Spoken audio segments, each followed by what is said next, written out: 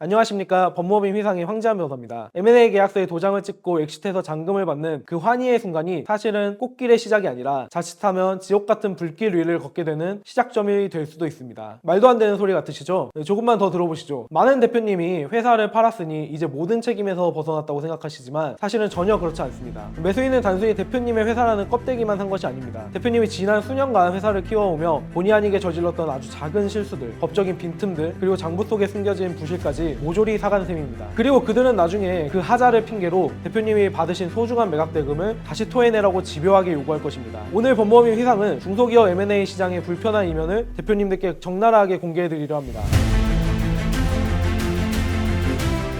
회사를 파는 과정은 단순히 가격을 협상하는 자리가 아닙니다. 매각 후 3년 혹은 5년 뒤에 갑자기 날아올 수 있는 손해배상 소송에서 전 재산을 털리지 않기 위해 준비하는 치열한 방어전입니다. 오늘 제 이야기를 끝까지 듣지 않고 덜컥 도장을 찍으신다면 회사는 회사대로 뺏기고 받은 돈은 또 위약금으로 다 물어줘야 하는 비참한 상황에 처하실 수 있습니다. M&A 과정에서 대표님이 가장 먼저 그리고 가장 깊이 있게 이해하셔야 할 단어 하나가 바로 진술 및 보장이라는 조항입니다. 만약 이 용어가 생소하시다면 지금 당장 모든 협상을 중단하시기 바랍니다. 이것은 대표님의 목을 겨누는 날카로운 칼날과도 같은 조항이기 때문입니다. 보통 계약서에는 매도인이 회사의 재무제표가 정확하다는 사실을 보장하고 숨겨진 부채가 없으며 진행 중인 소송도 없고 노동법규를 준수했다는 사실을 진술하고 보장한다는 내용이 들어갑니다. 이것이 단순히 형식적인 절차처럼 보이시겠지만 절대 그렇지 않습니다. 우리 판례는 이 진술 및 보장 책임을 채무자의 고의나 과실을 따지지 않는 일종의 보증 책임으로 해석하고 있습니다. 매수인은 나중에 회사를 운영하다가 아주 사소한 문제 하나만 발견되어도 바로 이 조항을 근거로 엄청난 액수의 손해배상 청구를 제기할 수 있습니다. 예를 들어 2년 전에 퇴사한 직원이 갑자기 연장 근로수당을 못 받았다며 노동청에 신고를 했다고 가정해보겠습니다. 매수인은 대표님이 노동법을 다 지켰다고 약속했음에도 이를 어겼다며 계약 위반을 주장할 것입니다. 이때 대표님이 몰랐다거나 고의가 아니었다고 주장하셔도 소용이 없습니다. 앞서 말씀드린 대로 이는 무과실 책임이기 때문입니다. 이 조항을 작성할 때는 현명형으로 모두 꼼꼼하게 따져서 대표님이 인지한 범위에서만 보장한다거나 아주 중대한 위반에 한해서만 책임을 지겠다는 식의 지식 한정 문구를 반드시 넣으셔야 하며 결정적으로 손해배상 책임을 일정 금액 또는 일정 기간으로 제한하는 내용의 조항을 반드시 넣으셔야 합니다. 이 문구 하나를 챙기지 못해서 평생 모은 수십억 원을 허망하게 돌려주는 그러한 대표님들을 저는 너무나 많이 봐왔습니다. 두 번째로 제가 경계하라고 말씀드린 함정은 어닝아웃이라는 조건부 대금 지급 방식입니다. 매수인은 회사의 미래 가치가 아직 불확실하다는 이유를 들어서 전체 대금 중 매출 일부는 나중에 목표 매출을 달성하면 주겠다고 제안할 것입니다. 언뜻 들으면 매우 합리적인 제안처럼 들릴 수 있지만 사실 이것은 대표님을 월급쟁이 사장으로 묶어두는 고통스러운 노예 계약이 될 수 있습니다. 지분을 이미 다 넘겼는데 대표님은 목표 달성이라는 무거운 압박 속에 놓이게 되는 것입니다. 더 큰 문제는 매수인이 대표님이 그 돈을 받아가는 것을 방해할 수도 있다는 점입니다. 투자를 중단하거나 핵심 인력을 빼가서 목표 달성을 방해하는 것이죠. 하지만 다행스럽게도 우리 민법에서는 조건 성취를 방해할 경우 그 조건이 성취된 것으로 간주한다는 규정이 있습니다. 매수인이 신의 측에 반해서 성과 달성을 방해한다면 이를 근거로 대금을 당당히 청구할 수 있습니다. 다만 이러한 지루한 싸움을 피하기 위해서는 처음부터 목표 달성 기준을 대표님께 유리하게 설정하는 것이 무엇보다 중요합니다. 세 번째는 실사 과정에서 느끼게 될 공포에 대한 이야기입니다. 매수 측 전문가들이 장부를 낱낱이 파헤치고 있을 때 혹시라도 안 들키겠지 하는 마음으로 부실을 숨기려 하시면 안 됩니다. M&A의 핵심은 역설적으로 정직한 고백에 있습니다. 하지만 그냥 말로만 하시는 것이 아니라 공개 목록이라는 아주 강력한 방패를 사용하셔야 합니다. 계약서 뒤에 붙는 이 목록에 회사의 모든 치부와 하자를 아주 적나라하게 기록하시기 바랍니다. 민법에 따르면 매수인이 알고 있는 하자에 대해서는 나중에 매도인에게 책임을 물을 수 없습니다. 즉 미리 문서로 박아서 공개하는 행위가 나중에 매수인이 딴소리를 할 수 없게 하는 유일하고도 가장 강력한 면책 근거가 되는 것입니다. 치부를 드러낸 행위가 가장 강력한 방어 수단이 된다는 이 진실을 꼭 믿으셔야 합니다. 네 번째는 경업금지 조항입니다. 우리 상법은 영업을 양도한 경우 다른 약정이 없더라도 10년간 동일 지역에서의 동종 영업을 금지하고 있습니다. 약정이 있다면 최대 20년까지도 가능하죠. 하지만 회사를 판 뒤에 대표님이 가장 잘하실 수 있는 일은 결국 평생 몸담은 이 바닥의 일입니다. 매수인은 이 범위를 전 세계 어디서든 유관 업무 일체를 하지 말라는 식으로 아주 광범위하게 잡으려 할 것입니다. 이렇게 과도한 제한은 헌법상 직업 선택의 자유를 침해하여 무효가 될 소지도 있습니다. 따라서 금지 기간을 최대한 줄이고 지역과 업종을 아주 구체적으로 한정하여 대표님의 소중한 직업 선택의 자유를 지키셔야 합니다. 마지막으로 매각 대금의 일부를 예치해두는 에스크로 제도에 대해서 말씀드리겠습니다. 매수인은 나중에 하자가 발견될 것을 대비해 대금의 일부를 묶어두자고 제안할 가능성이 있습니다. 하지만 매수인은 예치 기간이 끝나갈 때쯤이면 어떻게든 트집을 잡아서 그 돈을 인출해 가려 할 것입니다. 에스크로 금액을 최소화하고 인출 조건을 아주 까다롭게 설정하지 않는다면 그 돈은 대표님의 손에 닿지 않는 그림의 떡이 될 확률이 높습니다.